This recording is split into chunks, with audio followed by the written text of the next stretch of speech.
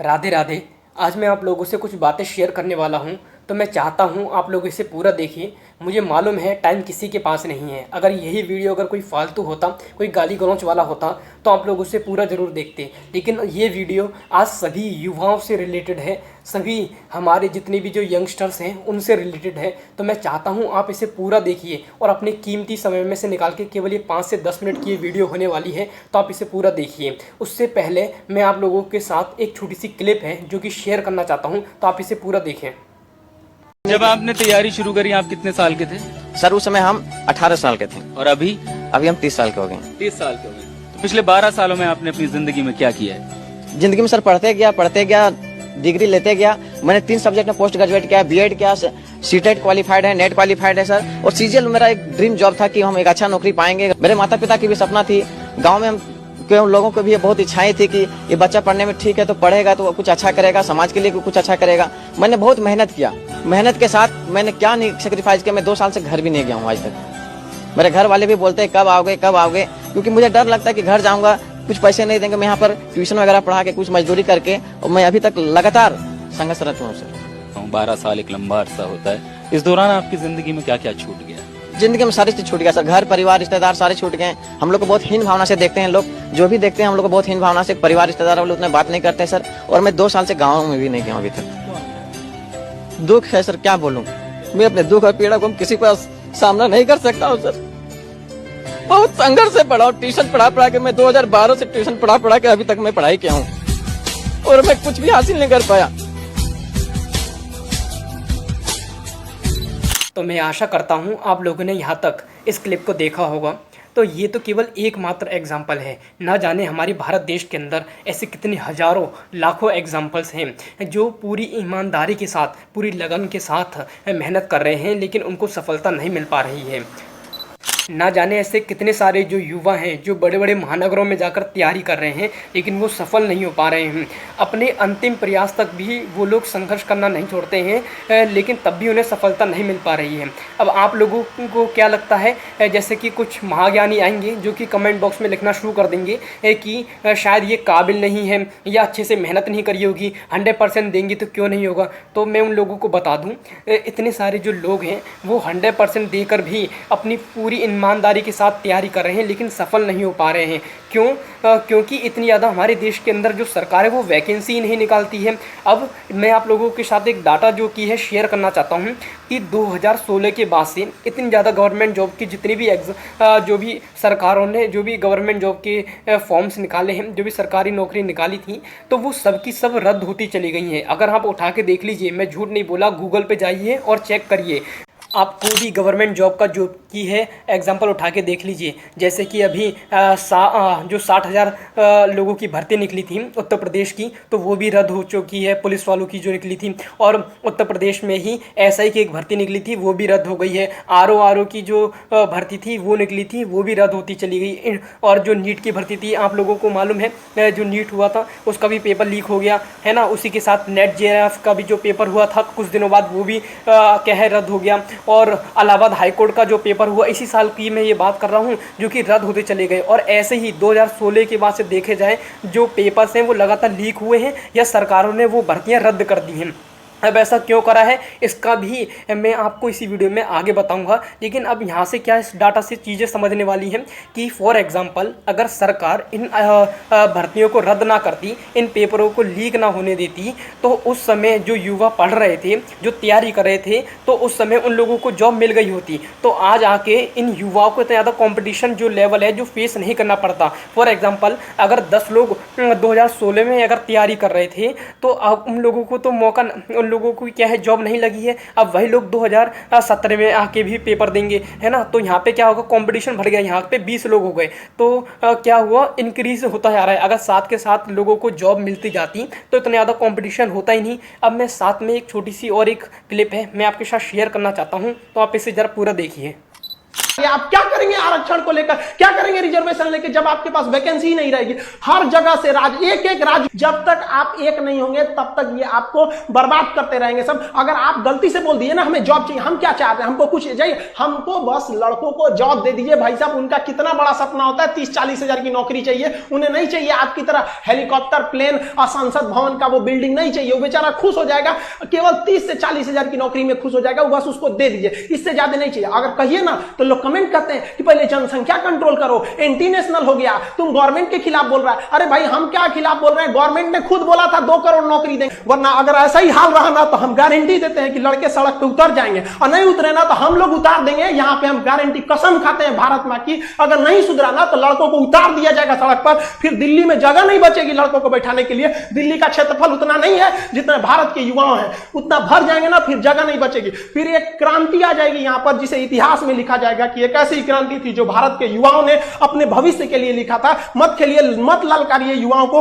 वरना ये एक दिन युवा उत्पाद ये इसका सर घुमा ना तो ये अपनी हद नहीं देखता, ये दुश्मन का सरहद पार कर देता। तो मैं आशा करता हूँ आप लोगों ने यहाँ तक तो वीडियो को कंप्लीट देखा होगा, और मैं उम्मीद करूँगा आप लोग अभी वीडियो में बने रहेंगे मेरे साथ कि क्या सुनने में आता है। जैसे कि कोई भी एग्ज़ाम होता है तो जो जनरल कैटेगरी वाले जो स्टूडेंट्स हैं, मुझे तो मतलब शर्म आती है ये कहने में, लेकिन एक स्टूडेंट होके, एक युवा होके वो इस बात को जब ये कहता है कि जो शेड्यूल क्लास, जो SC/SCs वाले जो लोग हैं और जो OBCs वाले जो लोग हैं, और वहीं जो जनरल कैटेगरी वाले जो लोग हैं, वो क्या कहते हैं जनरल कैटेगरी वाले कि हमारा 85% पे क्या है सिलेक्शन हुआ, वहीं शेड्यूल कास्ट वालों का, OBC वालों का, ST वालों का क्या है 75% पे, 65% पे जो कि है सिलेक्शन हो गया। तो ये मैं मानता हूँ। आप लोगों से मैं कहना चाहता हूँ कि आप लोगों ने इतिहास के बारे में अगर कुछ पढ़ा होगा तो शायद आप लोगों को पता चल जाएगा रिजर्वेशन क्यों दिया जाता है, आरक्षण क्या है। अगर आप चाहते हो तो इसके ऊपर भी एक मैं डिटेल वीडियो बना दूंगा, तो आप उसे भी जाके चेक कर सकते हो रिजर्वेशन क्या है, ठीक है। और वैसे अगर एक बात कहूँ कि जो ये आरक्षण है, जो रिजर्वेशन को लेके जो बातें करी जाती हैं, ये असल में कोई मुद्दा नहीं है। ये केवल लोगों ने ऐसा ये बना रखा है, और सरकारें यही चाहती हैं कि इस देश का ये जो आम जनता है, इस देश का जो युवा है, इन्हीं जड़ फसाद में जाके क्या है उलझा रहे और सही मुद्दों से क्या है वो दूर हो जाए। तो मैं चाहता हूँ कि लोग इस बात को समझें।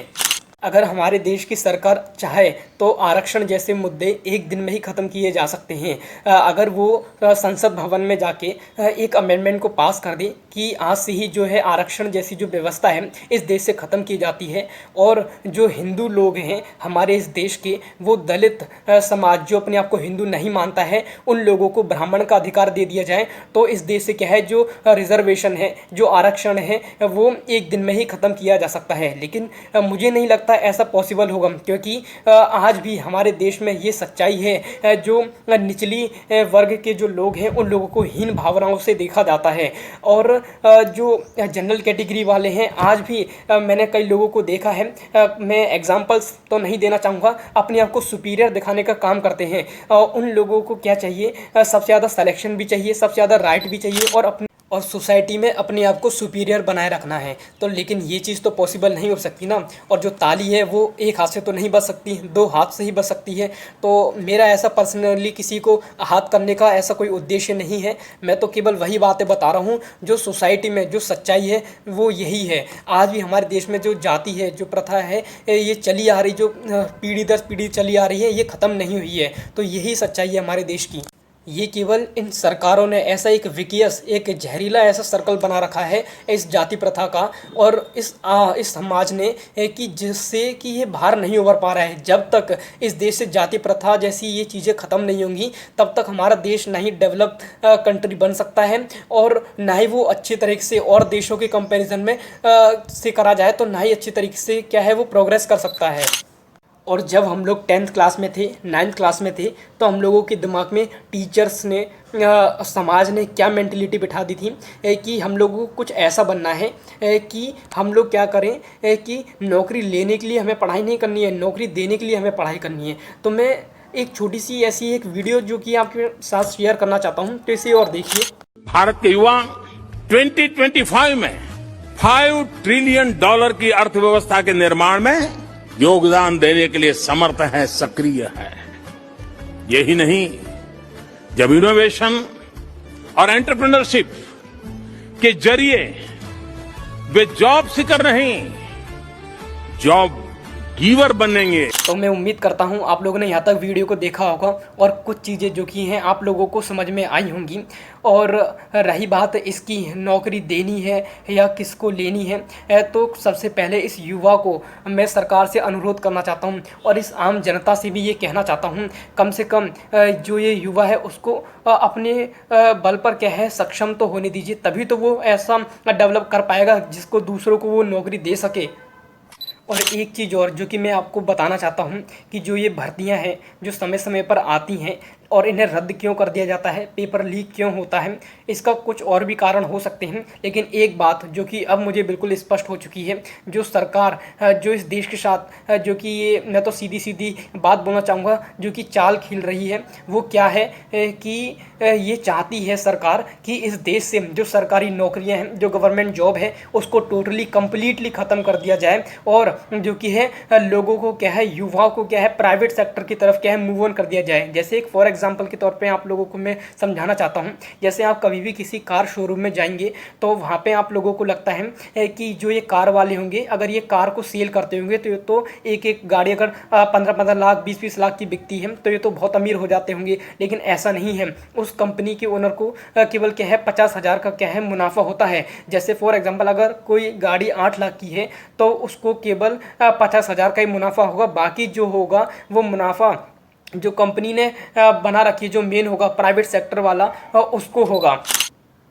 तो मैं उम्मीद करता हूं आप लोगों ने यहाँ तक वीडियो को कंप्लीट देख लिया होगा और क्या मैं संदेश देना चाहता था उसको आप लोगों ने शायद कुछ हद तक समझने का प्रयास करा होगा।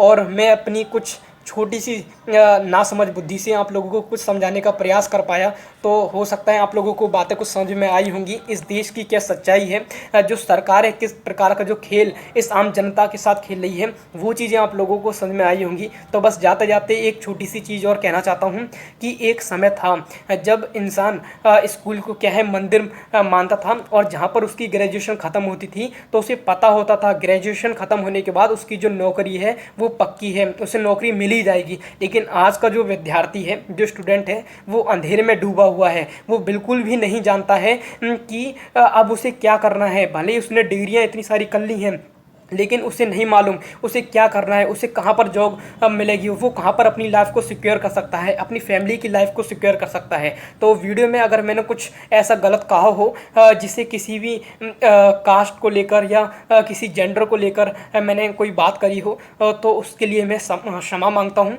किसी को भी मेरा ऐसा प्रयास नहीं था कि मैं आहत करूँ, तो बस उसी के लिए मैं माफ़ी मांगना चाहता हूँ। लेकिन जो सच्चाई है इस देश की वो यही है। बाकी मिलते हैं किसी और वीडियो में, तब तक के लिए जय हिंद।